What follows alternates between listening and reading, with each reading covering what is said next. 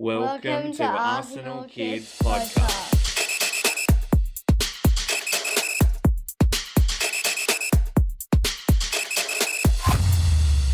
Hello and welcome to Arsenal Kids Podcast. My name is Ben and I'm joined by my wonderful co-host Madi. Hello and welcome to Arsenal episode number 31.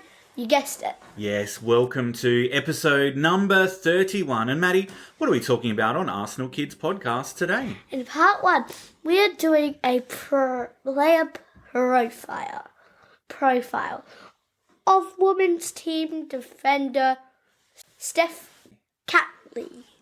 We are. And in part 2, we are doing a new roundup from around the club. I'm looking forward to it all. A reminder to you that if you are enjoying listening to Arsenal Kids, then please like and subscribe, rate and review wherever you listen to us. And also send us your comments and questions. Just email us at info@arsenalkids.com.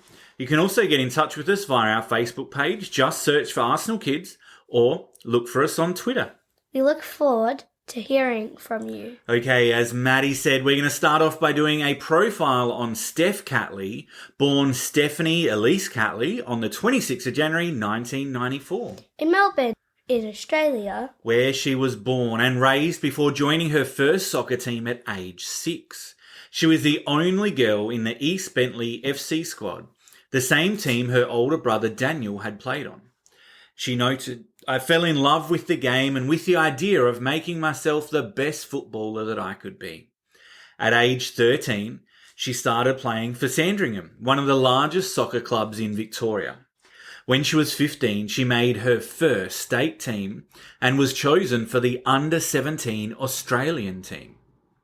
A talented youngster, Catley made her senior debut with the Melbourne Victory at just 15, and originally used as a midfielder, Catley was a key figure at her club and scored her first goal in her second season 3 days before her birthday. She then made the switch of defence, where she had her most impressive season in 2011-2012, and she was named Female Footballer of the Year. She later became a captain of the Victory. And in all, she made 51 appearances, scoring 7 goals in her 5 years playing with the club. Then Catley signed with the Portland Thorns in the United States National Women's Soccer League for the 2014 season. She was named in the second 11 team at the end of the season. Catley then won loan twice. The first time was back to Melbourne Victory, where she captained the team to a second place finish. And then she was loaned to crosstown rivals Melbourne City for the 15-16 season, helping the team on their way to become champions. Then she was traded to the Pride. Orlando Pride, to be specific, and that was in 2016. And she scored Orlando's first ever goal in the NWSL and helped the Pride to 9th in their inaugural season. In her second season with the Pride, she helped them all the way to 3rd. After more loan stints in Melbourne with Melbourne City, signing with Rain FC and then going to Melbourne City again on loan after bringing her tally to W League Team of the Season appearances to 4, Catley decided it was time for a new challenge. Steph signed for Arsenal in July 2020. Arsenal manager at the time, Joe Montemurro, said that Steph suits Arsenal's fluidity and she's very good in a positional sense. But more importantly, she's very effective going forward. So we're excited to have her as part of the squad and looking forward to exciting times together. She made her debut on the 6th of September in a 6-1 win over Reading. And just recently, as we reported here at Arsenal Kids, she has signed a new contract, which means she'll be staying at the club. A reliable fullback with stunning delivery, Steph continues to step up in this most recent season to deliver her best performances to date in the red and white for the Gunners.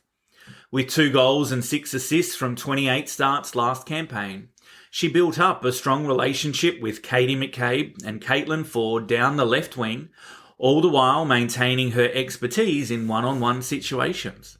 She was also integral to our winning of the Conti Cup.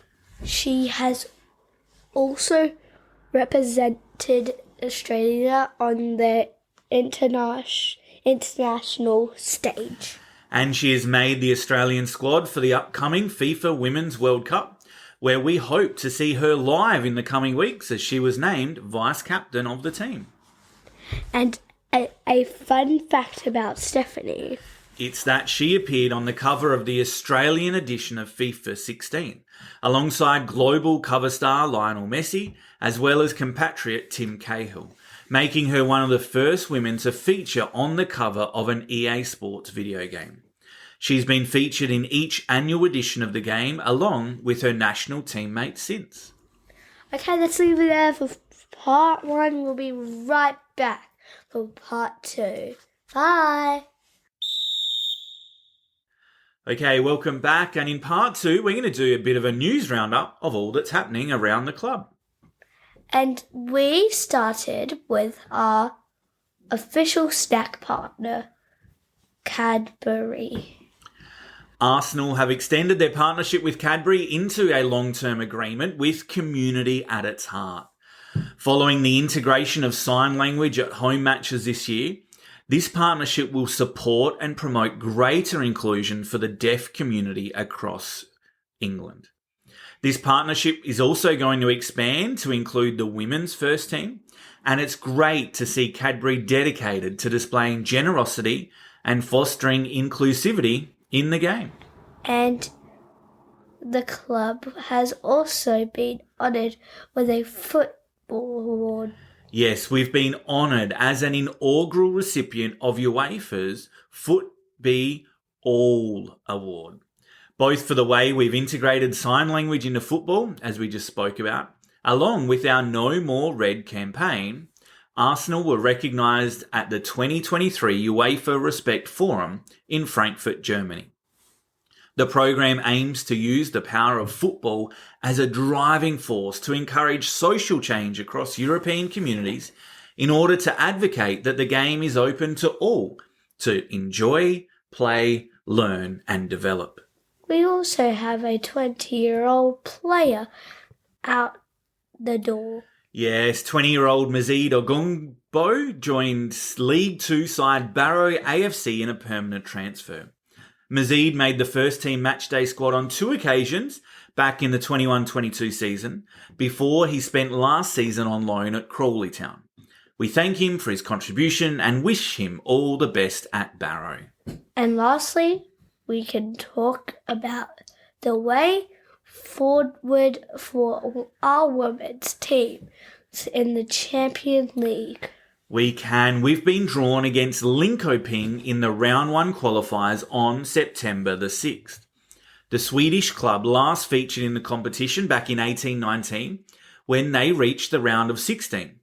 And this team is familiar for gunners Frida Marnum, Stina Blackstenius and Lena Hurtig, who all have previously played for the Swedish side.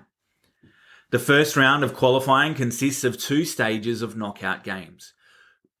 Should we defeat Linköping, we'll then take on the winner of Paris FC versus FC Krajabas 3 days later for a place in round 2. What does round 2 look like, Ben? Well, the round 2 format differs in that we have just one opponent, but we play them both home and away. Last year we entered at the round 2 stage where we defeated Ajax 3-2. The teams entering at this stage are Wolfsburg, PSG, Real Madrid, Sparta Praha, BK Häcken and Manchester United. These knockout matches will decide which 12 teams join the 4 automatic qualifiers in the group stages in November. Okay, that's all for this episode. So sad. Thanks again for joining us at Arsenal Kids Podcast this time. A reminder to please like and subscribe, rate and review wherever you listen to us. No matter where you listen to us.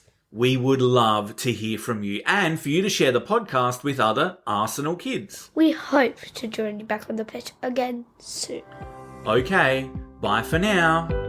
Goodbye.